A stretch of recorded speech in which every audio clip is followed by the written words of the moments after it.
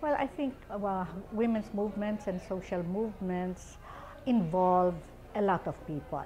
You know, this cannot be just done by a few women. You cannot constitute a movement out of just a few individuals.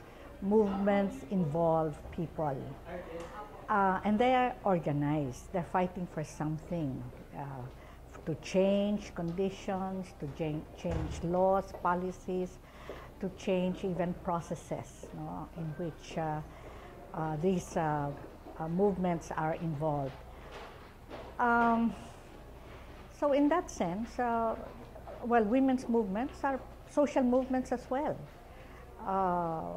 In the same way that you have environmental movements, you have human rights movements. So these, the generic term, I think, is social movements, which would describe all these advocacies that are done on a big scale.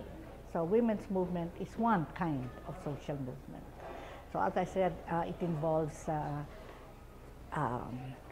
advocacy for change, it involves certain objectives, certain goals, and it involves some organized action, not necessarily centralized, but organized in the sense that they want to push for certain goals.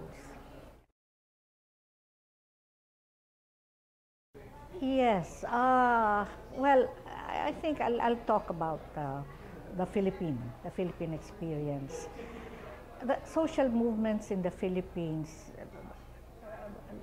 by and large, if we're going to talk of the contemporary times, they all grew out of political struggle. I think political movements may probably be a bit more focused, but because it is after changing political structures, leadership issues. So this was a time of a dictatorship, a martial law in the 1970s, and as a result of people's resistance, then, well, actually, even before martial law was declared, you have political protests. You have the youth coming into their own, and they're being involved in the struggle. You also had peasant movements. You had women's movements. But I would say that one thing that characterizes social movements in the Philippines is that they were usually they probably were born out of political struggles or very much related, to political struggles. Briefly, the anti-dictatorship struggle. Yes, but even before that, even before that, the peasant movement, for example, even the women's movement. If you're going to talk of the women's movement, of course, historically, the women's struggle has not really been of very recent origin. This is a historical struggle from way back, but the context is different, the issues were different. You might say that in the 1920s, 30s, the women's struggle was for the right to vote, which was the suffragist movement. But it was an attempt to be part of the system, because women were denied, participation in the political system. So the movement for the campaign for the right to vote, was a very strategic concern, but it was to get into the system. The women's movement in the later part, particularly from the 1960s onwards, and this, I would say, is the contemporary period of the women's movement, really looked more into gender issues, feminist issues, not just women's rights, but looking at how men and women related to each other, the relations of power between men and women. And so from the 1960s onwards, you have women's groups that were challenging, you know, the power relationships between men and women. And women, feminists, that this was a term that was then beginning to be adopted by the women's movement. Then they not only looked at power relations between men and women, but also into the social political system. So it was a larger, you know, it wasn't just changing gender relations, but it was also questioning the whole structure of the political, social, and economic system that bred privileges, you know, and maintained privileges for the menfolk, you know. So it was then a combination of a critique of the, you might say, the capitalist system and the patriarchal system. Women's movements and social movements that work well. I think it is a very tentative, you might say, partnership or cooperation. I remember that one of the first things, one of the very critical issue that women raised was the question of autonomy of the women's movement. We all know that we live in a patriarchal society, and that is recognized.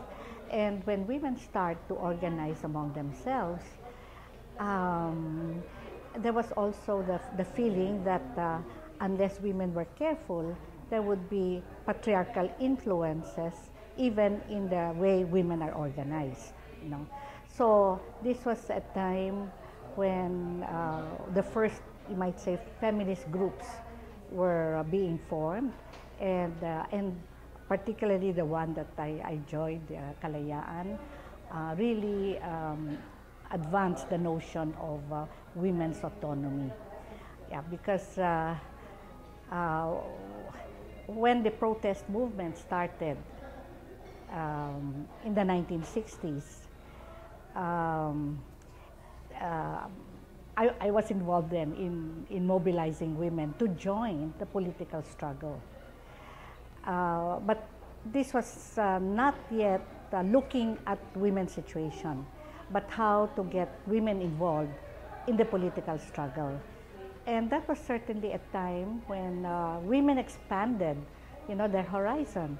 It was very exhilarating, in fact, you know, for women to be joining as students, to be joining the boys or the young men, going out into the streets, you know, doing political work.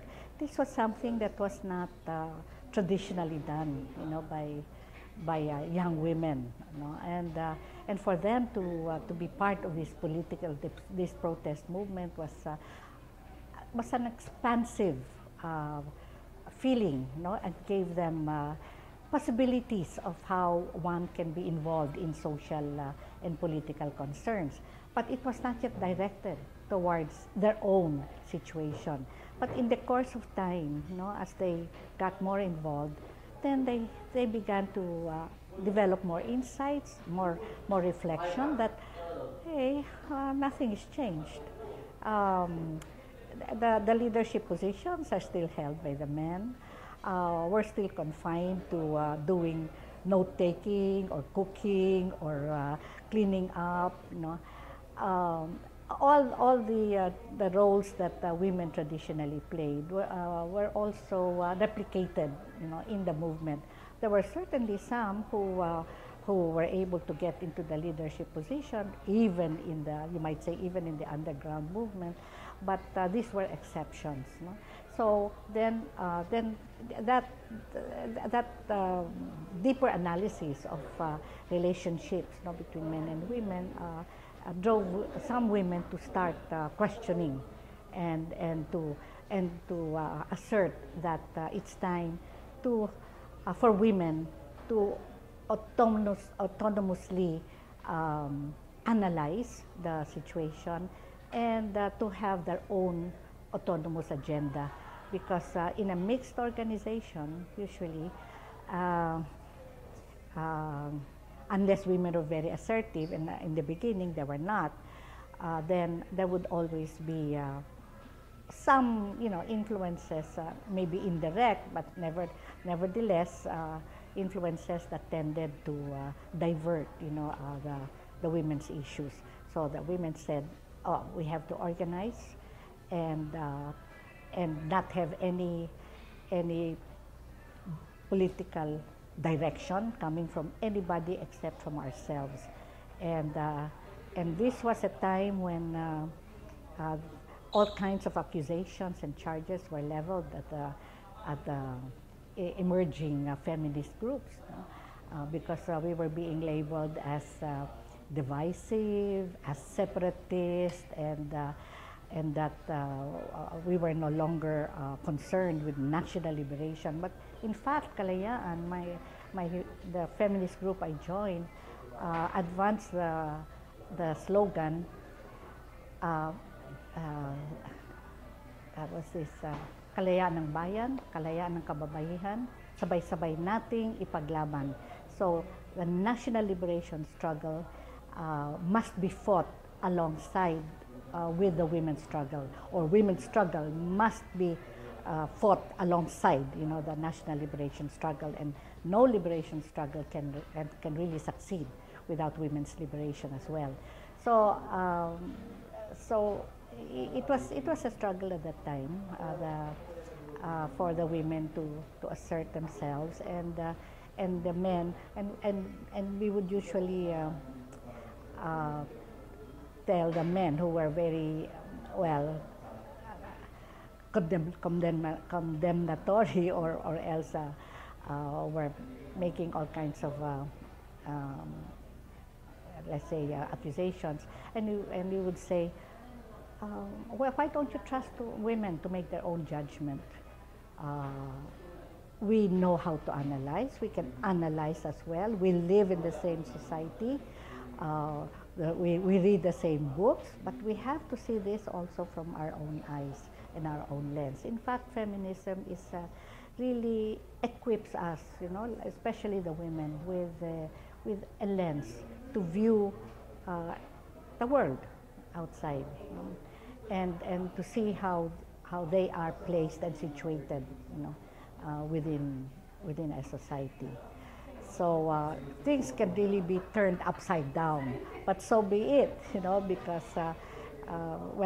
this is naturally, when women have been considered second-class citizens for a long time, then some people are really going to get hurt. So this is a time when people would say, "Oh, the feminists are men haters," but that was a very superficial, a very trivialized accusation, especially coming from those who really do not appreciate or recognize or understand what the women were fighting for. A very important strategy that women needed to take up. Yeah, we really believe in women organizing. It's so important to organize women, because we know how women live. We live in our domestic households, and it's usually the men who go out. They never get to talk. So the women need to talk. The women need to talk about themselves, about their problems, and find strength, in each other's experiences. And they need to organize. So women organizing is very important. Consciousness raising is very important. So in the early years, there was a lot of women organizing that was done, but as time went on, there's so much to do. In fact, you can go on organizing women all throughout, but at least some of us felt that we can, if we only do that, then we can be living, or we can be ghettoizing ourselves. So we're only among women. We're only organizing and talking to women. But we live in a mixed society, and so some women's groups then ventured to join multi-sectoral networks and coalitions, so that it was really to get, in a sense, get out of that just the women's world, or the women's communities, or the women's ghetto. As I said, it can also have that effect of just making us move, within a very limited circle. So some of us went out and joined multi-sectoral coalitions, like the Freedom from Death Coalition, like Social Watch Philippines, and there to continue to challenge, patriarchal values and practices. It has not always been successful. For example, now we have a very, very strategic issue, and this is the reproductive health bill. And I tell you, since the Philippines is a majority are Catholics in our country, somehow, even if all the surveys and studies that have been done show that religion is not a factor in a couple's decision whether to practice family planning or not. But somehow the Catholic Church has really exercised tremendous cultural and social influence, including influence over our legislators and our political and national life. So, so we who are part of multi-sectoral networks and coalitions, and when we ask them to come out, and take a stand, a firm stand, to promote or to support the reproductive health bill, they might say, oh yes, we support that. But for the whole organization to do that, then they think twice, because it had been the practice in the Philippines to also solicit Catholic Church support, for other issues, for environment, against mining, for peasant struggles, and so on. But it seems that in my country, in the Philippines, the church is progressive. It had a progressive past, particularly in the 1960s and 70s. This was a period of the theology of liberation, and the church was really closer to the poor. And I think over the years, the church has become conservative. So this time, they can still take on progressive issues when it comes to the environment, to agrarian reform, etc. But they have been consistent when it comes to women. They have taken an anti-women position consistently, up to now. So we challenge sometimes our social networks and say, why do we always look up to the church, for support? I think we should appeal more to the citizens, and to people for support rather than for the church, because we're only contributing, to enhancing the church role in our national life.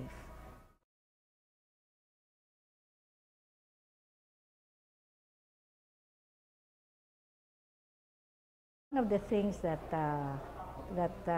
the women's groups did, when we were just trying to learn, all these gender issues, was, we really drew it from our experience, because we knew that women, being second-class citizens or being in a subordinate position, were dominated by men. So the question of power is also a central issue, for women. And so even in our own circles, feminist circles, we tried different processes.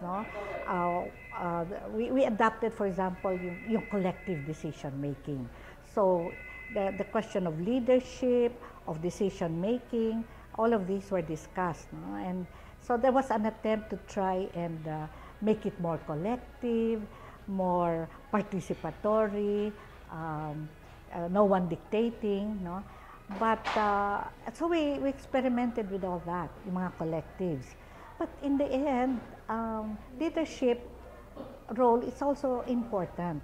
You can all be equal and discussing, but leadership can become it's also a natural trait, no? And you also need organization. You also need to be organized in a way, and that requires more focus. You cannot continue debating and discussing. So we had to balance all these issues, and we began to develop the concept of power as one power with, you know, whereas usually when you talk of power, it's being able to do things, you know, but you tend to dominate its power over. But so we were trying to reconceptualize what power really means, and it means really working with rather than controlling, you know, others. So these were theoretical issues that emerged in the women's movement. No? So, but it cannot be denied that in a social organization where you need decision making, you have leadership roles, that the question of power also comes in. No? And so, you know, one of the critiques, for example, of women is that in big organizations like trade unions, or where there are both men and women, even if the women made up the majority of the membership, the leadership would still be given to the men, you know. So then the notion of a glass ceiling comes up, no?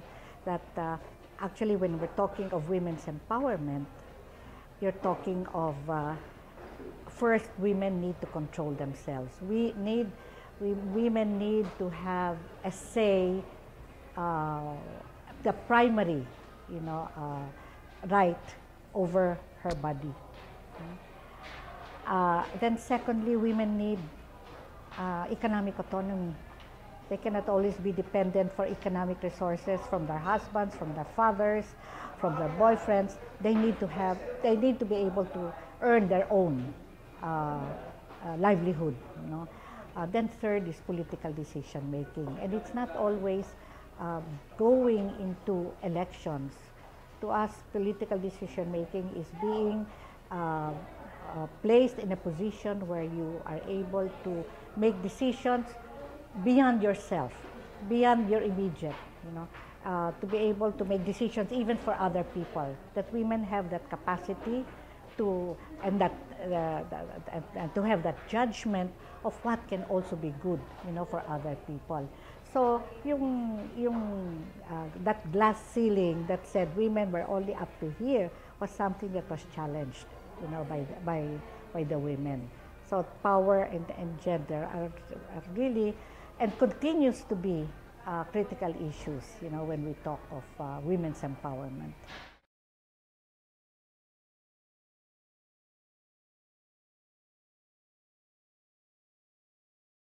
Why we said that women organizing is very important, because especially when women are just coming out into their own,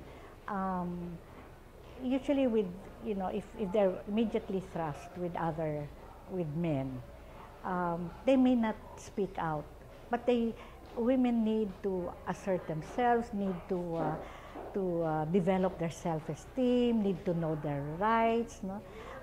And they can develop that better if they are among themselves initially, no? But then they have to go out and challenge. That's why women organizing and women's consciousness raising is very important, so that then they gain the confidence, and then they can go out and challenge male culture, you know, in other situations. Yeah, so, but it can also be intimidating to young people.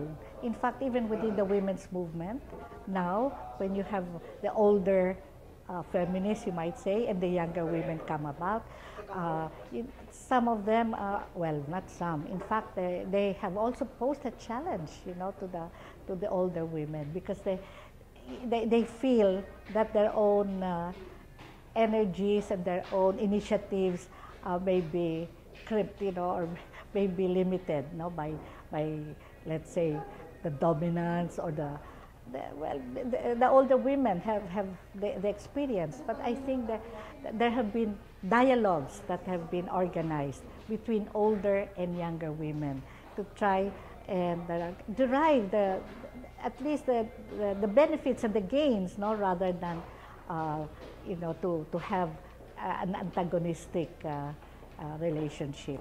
So that's very important, the dialogue and drawing lessons, and where the older women can give way also, make more spaces for the young to come into their own.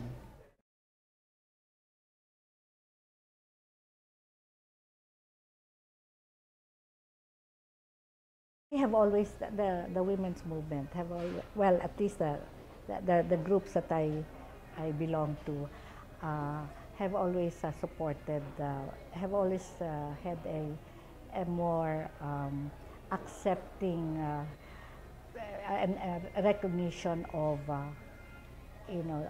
sexuality. Sexuality as claimed and defined by women. And in fact, we say it's so important for the women to claim their own sexuality and not to accept how men define us. Women tended in the past to act and behave to please men, rather than, so that's a gendered definition of how women should be. But we have to reclaim our own sexuality and to be able to express this. So lesbian sexuality was something that we also needed to study and to understand very well. And then, of course, we needed to also look at this whole notion of discrimination against homosexuality, lesbian sexuality, and we were among those that challenged this notion.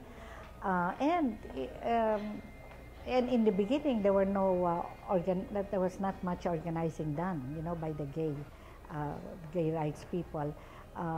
But we supported them because we knew we had friends who were lesbians or who were gays, and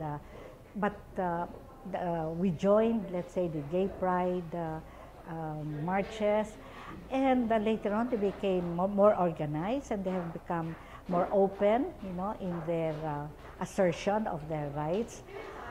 There's just one aspect, one point where we feel that while we support, the organized groups among the LGBTs, there's some of them who, because probably of the discrimination that they experience, may actually get involved in, you might say, in prostitution, or what you call sex work. Okay, we consider prostitution not work, and this is something that we cannot accept. No? We still feel that the selling of one's body in exchange for money, no matter if people say that they're doing it freely and of their own free will, there still are circumstances or reasons why people may go into that kind of an activity. But there are groups that are supporting, let's say, those who are in you might say, the sex industry, because it's big money, and who will use the term sex work. And we've observed that a lot of these groups, organized groups, in a way, parang support this and fight for it. And that's where there is a tension, you might say, from those groups that look at the prostitution industry more as one of sexual oppression, and rather than as a legitimate work. So that is one tension that we noticed. But we saw, in a sense, recently, there have been more instances of dialogues between LGBTs and feminist groups. This, I understand, this is not happening, or is not as widespread in other countries, but in the Philippines it's starting. And we're learning about, really the plight and the discrimination of LGBTs, no? And while they may have practices that we do not completely understand, but I think this is very helpful that there is this dialogue, more openness that between LGBT groups and feminist groups.